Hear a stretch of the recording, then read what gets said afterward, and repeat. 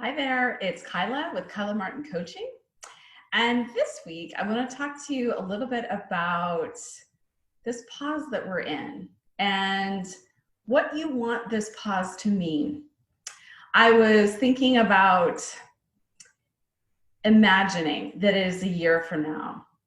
And how do I want to have spent this time? I think that for many of us, we're looking forward to getting back to quote unquote normal. And there's so many things that we have had to give up during this time. There's so many things that we've had to postpone or cancel. And that comes with a lot of emotions and thoughts, right? And so I've been thinking a lot about if I could project ahead to my future self and pretend that it's next summer. If I looked back on this year, how would I want to have spent this year? How would I have wanted to ensure that this time was well spent and not simply on hold until our lives return to quote unquote normal? And so I was thinking about what thoughts would serve me during this time of pause and reflection and our lives being a little bit different. And one thing that I thought really would serve me is the thought that this year is exactly how it was intended to be. And how do I know that? Because it is. We just thought that this was going to be a year that we did our normal vacations, went about our lives, but it was never going to be that. We just didn't know. So if I think about that this year is exactly the way it's supposed to be, how do I want to spend this time? I sometimes think about when we have these gap periods of time. My nephew is considering taking a gap year before college. And that is a specified amount of time that he knows he's going to be doing something different. And so what if we looked at our year, the few months that we've had, and perhaps the next 6 to 9 months as a gap year? Gap years, when we think about kids before they go to college, is an incredible, extraordinary adventure and experience.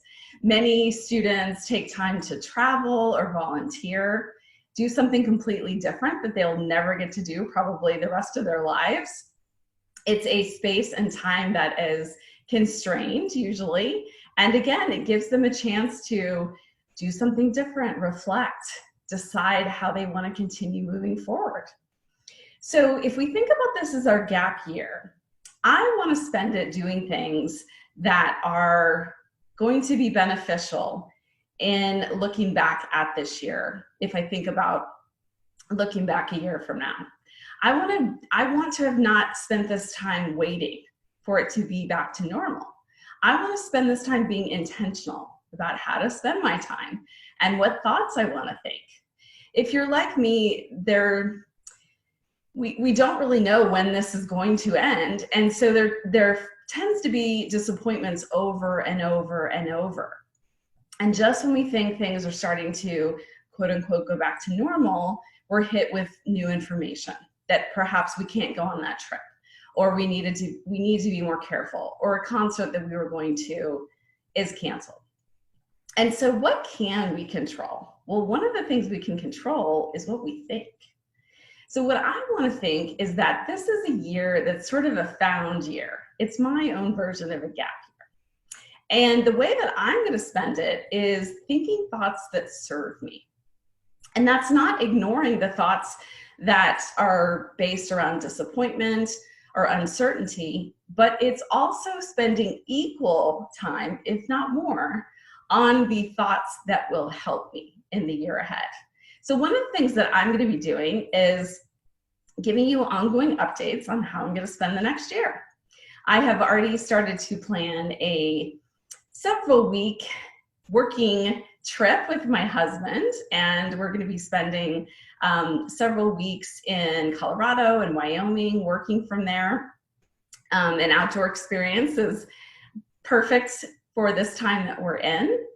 I am also going to be planning some things for the fall, and I'll get back to you on what those are going to be.